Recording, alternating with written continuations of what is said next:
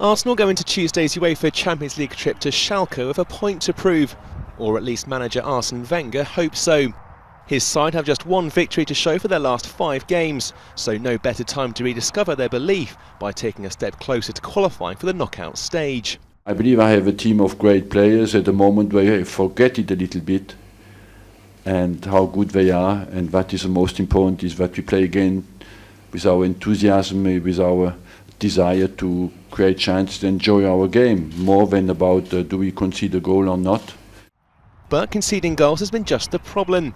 The Gunners shipped 5 in the English League Cup last week against Reading and 2 against tomorrow's opponents a fortnight ago.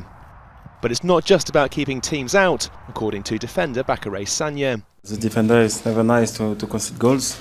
I was the first one to make the effort to correct this, and that's what we'll try to do in the next games. We know we have to improve defensively and offensively as well.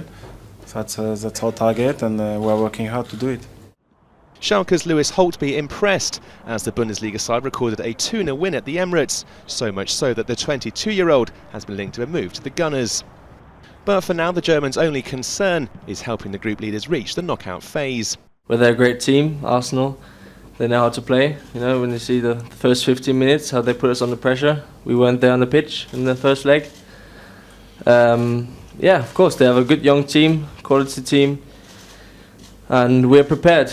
You know, we have to be focused. We have to concentrate on our game for 90 minutes plus at a time, and yeah, we should show them that we're at home. You know, we have 55,000 people here at least, and we should have a great game. Arsenal were second best 2 weeks ago as they slipped to their first home defeat in the Champions League group stage for 6 years. And as Schalke close in on first place in Group B, facing them on their own turf is sure to be an even tougher prospect.